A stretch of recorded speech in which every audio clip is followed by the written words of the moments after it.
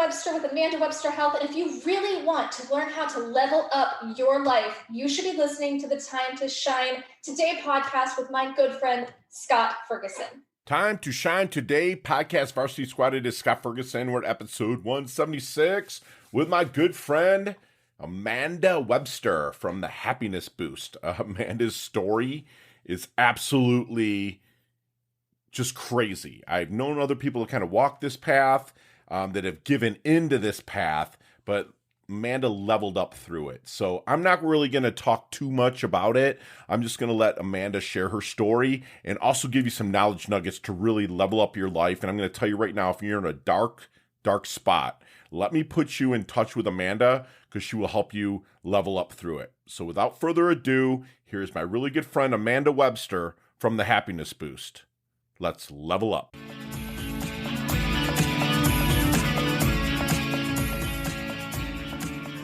Time to Shine Today Varsity Squad. It is Scott Ferguson.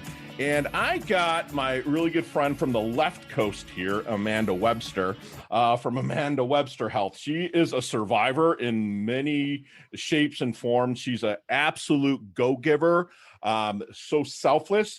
Aside from being the creator of Happiness Boost, Amanda is a certified mind-body wellness coach, yoga instructor, fitness instructor, and holistic nutritionist.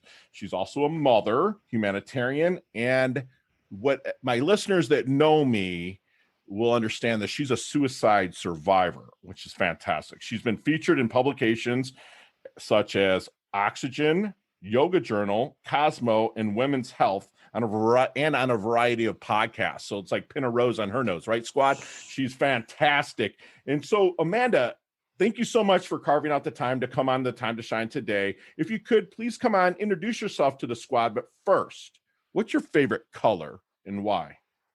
Pink, obviously. Thank you so much for having me here today, first and foremost. Thank you. But yes, pink.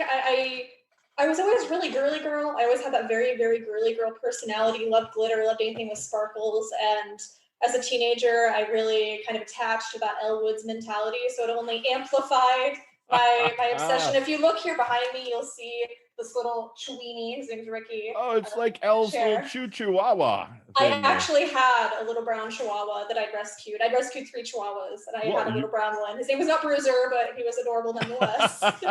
What a great movie, too. I love that.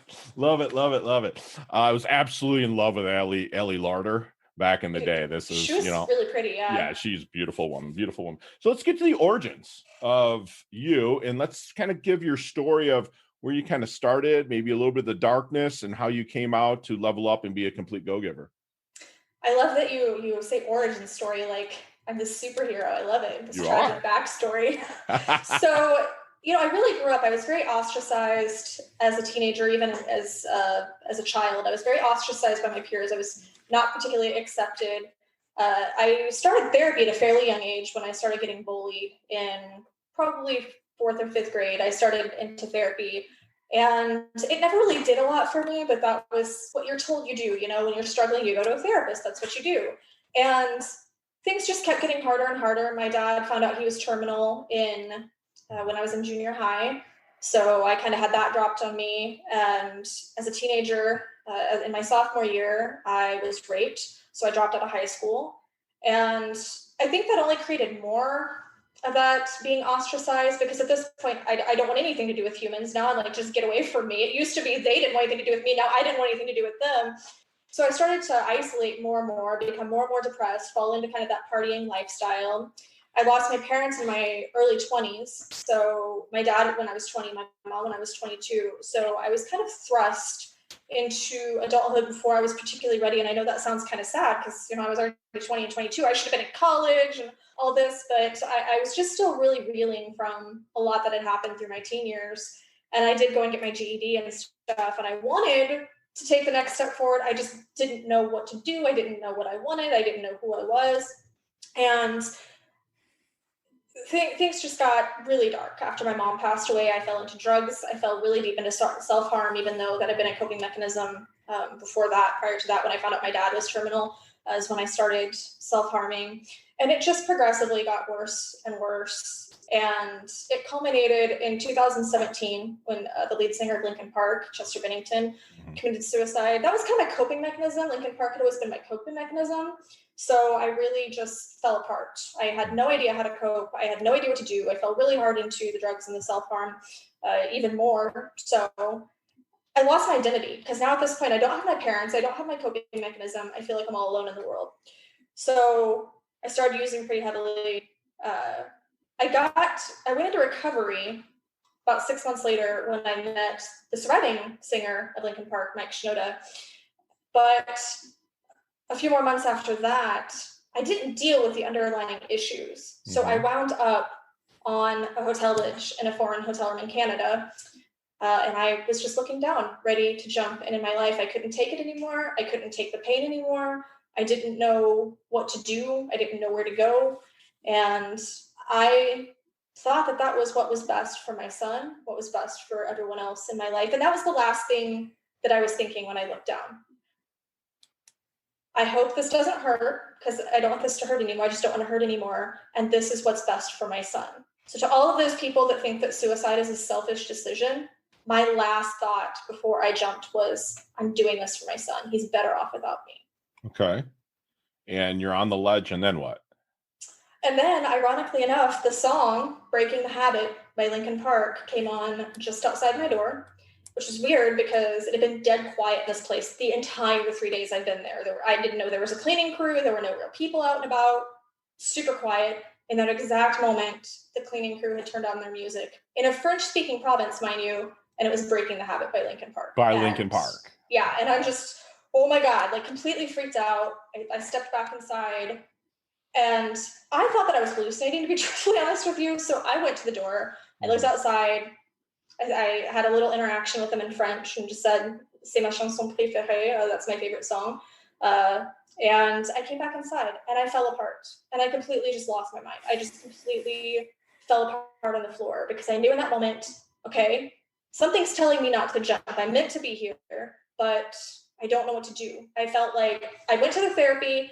I've been on so many medications. I can't even begin to list them all. They guinea pigged me on everything under the sun through my teen years, from the kids' dose to the higher doses to just the new medications. I did that. I went the yoga route. I tried all these self-help books and programs and whatnot. I tried, to eat healthier or whatever, but nothing really helped. And I ended up on that ledge because nothing was taking that pain away. Nothing was, as I said, fixing me. Nothing fixed the problem. I think that's the mindset where I went wrong, was thinking that I was broken in the first place. Sure. That was one of the major things that I did wrong in that. But what else can you think?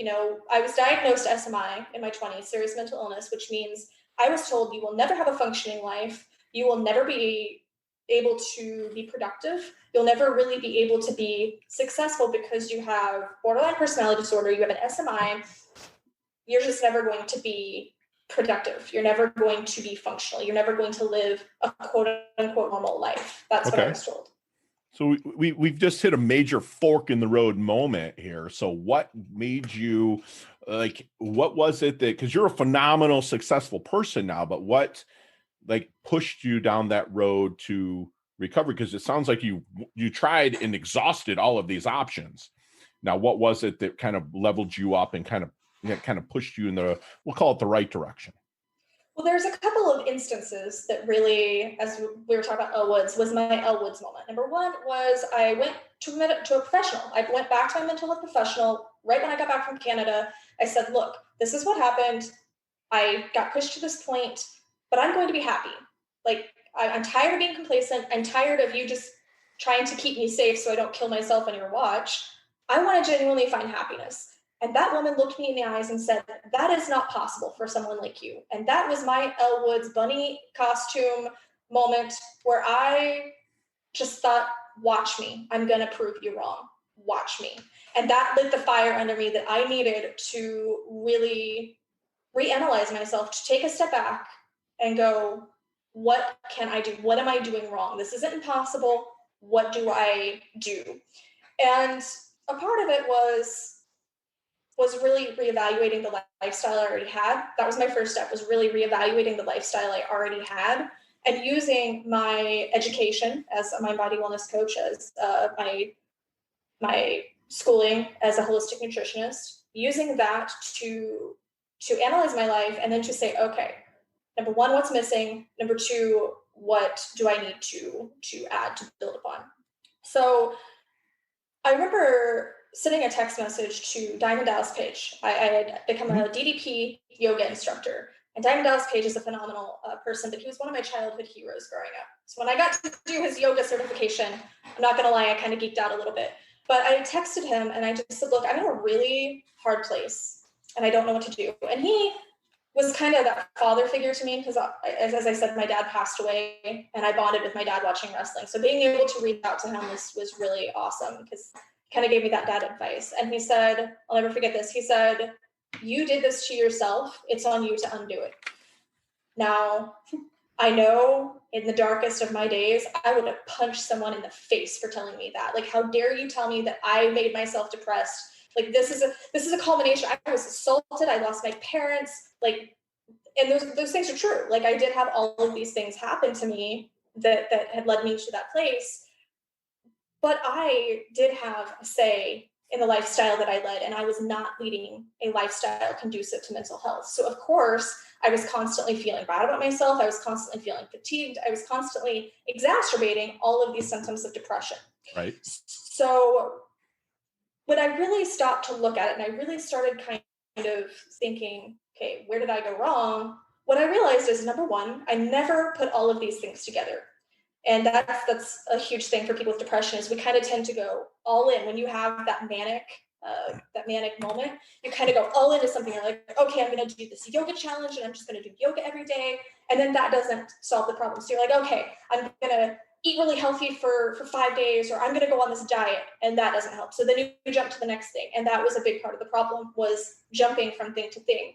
So I started really committing to making those lifestyle changes. And I found that there were 5 major components. And I call these the 5 puzzle pieces to happiness, because these were the 5 major components that got me from that ledge to where I am now. And we'll talk a bit more about that in a second, where I am now. But it got me from point A to point B. It really helped me heal. And having tried everything under the sun, having really gone in and out of therapists' office, on medications, on all these programs, it's the only thing that really helped me have structure, have direction, and be able to What are the 5 things? Forward. So the first one, like I said, was really meeting myself where I was, looking and analyzing my life, saying, okay, how can I boost myself in my happiness spectrum? Like, looking at happiness as a spectrum, because it is different for everybody.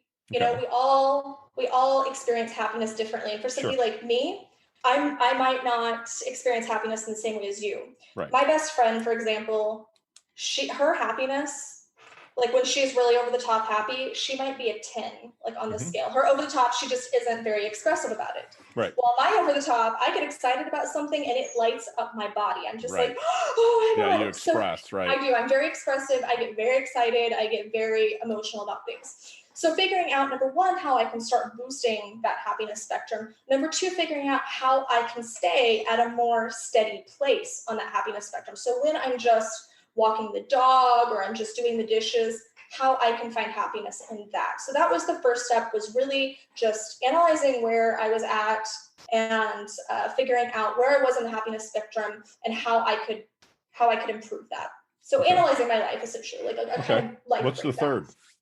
Second, the second, you can't skip the second. So the second was learning how to emotionally eat the right way, because I am an emotional eater. I did get anxiety. I did get stressed out a lot. I did get a lot of frustration, and my response was to eat. And learning how to eat in a way that's conducive for mental health, mind you, without ever having to count anything. Sure. I never say count a damn thing. I never count anything in my life. But learning how to eat the optimal way for mental health. The third way is finding your fitness. The third puzzle piece is finding your fitness. And that does not necessarily mean going to the gym. That doesn't necessarily mean doing all these circuits. I have plenty of clients that never go to a gym in their life. They don't do circuits and stuff. Finding your way to introduce that into your life, even if you hate working out. So reaping the physical and mental benefits of exercise, even if you hate working out. The fourth one is the 3 C's of sustaining happiness. And that kind of gives you the tools you need to navigate stressful situations and people, stressful people. What are the 3 C's, Amanda? So the 3 C's are the compartments of your toolbox, and the coping, like learning how to cope, and then learning how to communicate. So the compartments, the coping, and the communicating. Got it. Learning how to, interact with other people. It's a highly underrated stress management skill. We don't learn that in school. We don't learn how to talk to people appropriately.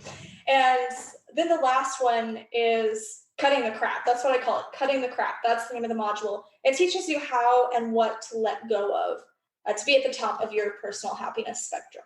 Gotcha. So you moved in from really working on yourself, and you continuously do it to this day, because all people that are always leveling up do that. So how did that kind of roll into Amanda Webster Health in helping others? Because a lot of times people, when they go through it, and I'm a survivor of this too, sometimes they don't feel like they're good enough to do it. But what was that kind of kicker that said, okay, I'm good enough? And then what did you do to help others? I actually had never thought about helping others in this way. I thought, oh, great, I healed, cool. But then a lot of people kept asking me, how on earth did you go from where you were several months ago when I went public about my story of nearly committing suicide? People kept asking me, how the hell did you go from that to being so happy? Because it just showed I was a happier person. And I had so many people continuously asking me, I said, okay, well, maybe I can kind of teach these people one-on-one and show them what I did. And that became utterly exhausting because I had so many people coming to me that I just truthfully couldn't handle it. I said, I can't do this right now. I have so much going on. I can't handle this load. So I ended up turning it into the Happiness Boost program, into the Happiness Boost course, so that people can get those step-by-steps of how they can go from wherever they are to improving their happiness, to improving their life, no matter if they're struggling with anxiety or depression, whatever the case is. And the way we measure that is there's actually a standardized kind of test. It's called DASS, D-A-S-S, Depression, Anxiety, Stress scores. And when people first go into the course, I have them do the DASS evaluation so that we know where they are. And I have never had a client that has not gone up at least 5 points and that's like on the low end. I've had people go up as much as 15, 20 points on the DASS scale, which is really awesome because I remember it's insane just because we underestimate how much power we have. That's where I messed up is I relinquished my own power and I stopped realizing that am I ever going to be quote unquote normal? Well, first and foremost, what the hell is normal? Secondly, probably not. And that's okay. That's okay. Right. In November of 2018, so this is about a month and a half after I nearly committed suicide, I took the DASS scale. And I took the DASS. I took the DASS test. And my depression was at a 20. My anxiety was at a 16. Okay. And I retook that test in May of this year of 2020, and my depression was at a 3 and my anxiety was at a 2. That's amazing, especially with it being during COVID too. I mean, well, I will tell you that I have actually really almost enjoyed this quarantine. I don't enjoy why it happened, obviously, and I feel really horrible. My best friend got COVID, and I know that it's an awful thing, but I have enjoyed this time for me. I've enjoyed this time that I've been able to, number one, breathe, because I had so much going on, in developing the course and doing all that, and I had a lot of interviews and stuff, and I was kind of pulling myself a little thin there for a while, stretching myself a little thin, and just getting to sit down and read, just getting to sit down and go, you know what, if I feel like playing a video game for a few hours, do that, or just writing. Actually, I just finished writing memoir that I've been working with a literary agent on, so I'm super excited about that. Amanda, so I got to do that. So Amanda, what do you think people misunderstand about you the most then? I think that, it's something that people misunderstand about not only me, but themselves as well. About you, please. About me specifically? That's tricky because I think that I think that people look at me and they assume that I'm happy all the time and I never struggle because I've come out and I've said, you know what, I found this path to happiness. You Sure. know, I found this way to get through the darkness. People look at me and say, well, you must be happy all the time. You must never have a struggle. You must never be upset. You must never have that anxiety anymore. That's absolutely not true. That's not a particularly reasonable goal. I'm sure there's some Buddhist monks somewhere that have achieved that. Sure. I am not one of them. And I do have, you know, points of anxiety. I do have panic attacks sometimes, even. I mean, we're in the middle of a global pandemic, and sometimes that does get a little overwhelming. And there are moments where I do struggle with that. But now I know, first and foremost, that I'm going to come out on the other side of it. So when I do have that moment, I'm going to come out on the other side of it. And because I've learned those skills that I was talking about in the 3 C's to sustaining happiness, because I've learned those skills, I now can shorten the length of these episodes of these issues. So when I have anxiety, I have a panic attack, stress kind of hits me, I know how to manage them, and I know how to get through it faster. So it doesn't completely take over my life. It's like, oh, okay, I'm feeling stressed right now. This kind of sucks. Beautiful. How am I going to deal with it? That's beautiful. So when someone comes into the program and, you know, you're looking to possibly take them on to help them, is there any good question that you wish they would ask you but never do?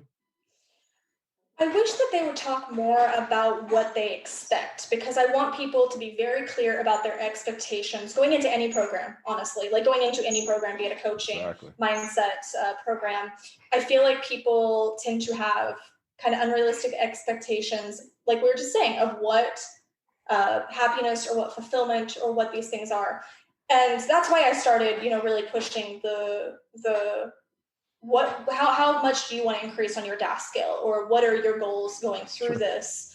I didn't really do that as much at first, but I do wish that people would be more clear, you know, going in, what their goals and aspirations are. That's fair. That's 100% fair. So are you familiar with the movie Back to the Future? You're a little bit younger than me, but okay. So no, I've seen them all. Yeah. So let's get into the DeLorean with Marty McFly. Let's go back to maybe the 16 or 17-year-old Amanda. With the knowledge that you have now, what kind of knowledge nuggets, that's what we call them here at Time to Shine Today, would you drop on 16, 17-year-old Amanda with what you know now? Maybe help her shorten her learning curve, level up, blast through. First and foremost, you're more powerful than you realize. You have way more power than these people have made you believe that you have. You're more capable. Don't let people make you feel like you don't deserve what you want, or that you don't deserve your dreams. Don't let these people tear you down. You didn't deserve what happened to you, but you can come out on the other side. Even superheroes have a tragic backstory, okay? You can come out on the other side of this. That's curious that you brought that up. Thank you for opening that door. A lot of people live in the superhero. I did before, because a lot of people will get stuck in that superhero where, you know, you have the backstory, you were suicidal, you went through all the stuff, you blasted through. But do you ever find yourself having to actually go back and become a superhero again to level up even more? Because my coach had to pull me out of it, because he's like, once he pulled me out of it and he gave me awesome exercises, that now I don't even think about the superhero syndrome anymore. I don't have that. So do you find yourself going back to having to have that feeling? Because I was regressing when I did it. You know, I was going back and going, oh man, okay, what kind of shit can I have happen to me so I can blast through again and be the freaking hero? Like, do you ever find yourself going there? I don't think I try to find issues to get through, but I definitely do feel like I fall back into that mindset sometimes. Thanks for being honest. Yeah, when I do find myself in stressful situations, there are times obviously where I'm going to be like, okay, what items do I have to go collect in this world to, as you said, level up? I really like that, actually, because I do think sometimes of things as a video game. It's like, okay, what items do I need to find to get to the next level? What do I have to defeat? It says level up right here. Yeah, level up. So how do you want your dash remembered? That little line in between your incarnation date and your death date, which thankfully you've extended that line, you know, that death date. How do you want that dash remembered? Your epitaph, your legacy, how do you want it remembered? I want to really make a stand in breaking the mental health stigma. When I die, I want to know that people can talk about mental health, that this isn't a thing anymore of, okay, let's keep that quiet. We don't talk about, grandma's issues and stuff, that we can talk about our struggles, the struggles of others. I want to be the person that breaks that. I say often, I want to be somebody's Chester. Like what Chester gave to me, that strength, that power, helping find myself again, helping comfort me. I want to be that to someone else. Gotcha. So what's your favorite video game then? Zelda, Legend of Zelda. Really? Are you kidding me? I have a Triforce tattoo here on the back of my hand. Are you freaking kidding me? That's a tattoo, dude. That's like my age bracket with the Zelda. I'm almost 50, and I remember playing Zelda back in the day. That's fantastic. That's cool. So what would your definition of a life well lived be? People ask me quite frequently how I knew that I got to a point where I should be decertified as having a serious mental illness, which happened to me earlier this year, by the way. So I'm really excited about that. But to me, happiness is when I can get up in the morning and I can look at the day as an adventure. Because before, it was like I'd wake up in the morning and go, oh God, not this again, and drag myself out of bed and drag myself through another day. And there was no real fulfillment there. So when I can get up and I can say, okay, what adventure can I have today? And I can smile and I can be grateful, even if things aren't going my way, even if I didn't get everything I wanted, I can look for the lesson, I can look for the gratitude, I can still smile regardless. And that was huge to me. When I realized that I was consistently getting up on the right side of the bed, that was when I started really realizing that I was happy. Even if I wasn't perfectly happy all the time, right. I was happy. I had found that base point that I wanted to find on my happiness spectrum. Love that. Love it. And Amanda, as we wind things down just a little bit, we have our leveling up lightning round. Okay. You and I could talk 15, 20 minutes easily in each one of these questions, but you got 5 seconds and no explanations. We will beep you out. Okay. You ready? They can all be answered in 5 seconds. It's super easy. All right. Let's level up. What is the best leveling up advice you've ever received? Don't give up hope because you never know what's going to happen tomorrow. Beautiful. Share one of your personal habits that contributes to your success. I have a gratitude app that I do every morning when I wake up first thing. My kind of girl. Love that. Let's go this route. Not the book you're reading, not the book that's a flavor of the month, but if I'm in my doldrums, not feeling it, you're like, Fergie, read this book. Inferno by Dan Brown. Okay, that's a great book. That's great. I'll throw that in the show notes too, squad. Absolutely. So what's your most commonly used emoji when you text? The crying one, like the happy crying one. Straight up or tilted? The tilted. All right, love it. I love it. So do you have any favorite charity and organization you like to give your time and or money to? Days for Girls. Love it. Love it. Okay, this is the last question, and you can elaborate a little bit on this, but what is the best decade of music? 60s, 70s, 80s, or 90s? 90s. Yeah, there's Linkin Park's right in there. So tell us about this 5-day challenge.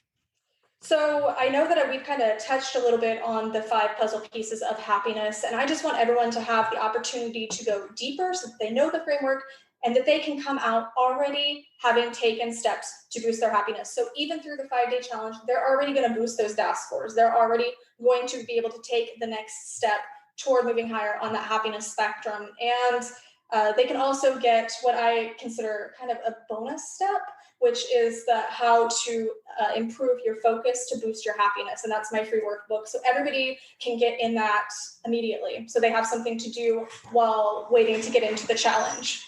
So how can we find you, Amanda? Happinessboost.life is where you can sign up for the challenge. And then that has all my social media buttons there, so you can check me out elsewhere. Love it. So it's happinessboost.life. Donnie, make sure that makes it in the show notes, please. Awesome. So leave us with one last knowledge nugget you want us to take with us, internalize, and take action on. Got to think here for a second. So for just everybody in the term of mental health, or in the term of taking life, that first baby, step? life. Like I said, I want my memory to be breaking that stigma of mental health. Sure. So I want anybody that is out there that is struggling, or that knows somebody who is struggling, to know that there is somebody out there that cares if your light goes out. Hell yeah.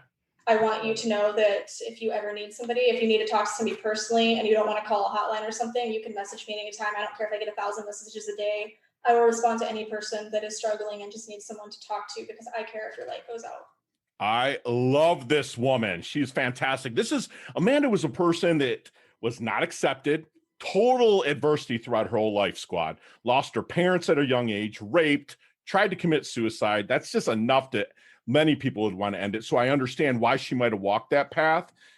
She had basically a fuck you, a watch me moment when she had a mental health therapist who was supposed to try to help her level up, told her to basically it's never going to change. So she took that basically that bunny suit that Elle wore, and then she went and took responsibility from DDD, Diamond Dallas Page. And what we say here at Time to Shine Today, responsibility, the whole freaking word is rooted in responsibility, which is the ability to respond. And that's exactly what my friend Amanda did. She has the 5 puzzle pieces to happiness, which is going to have you emotionally eat correctly, find your fitness, compartmentalize, coping, and communicate, the 3 C's, cutting the crap. And I know I missed one, but we'll get back to that. But she's adding a bonus one to improve your focus on all of this. She's going to say, live each day by day.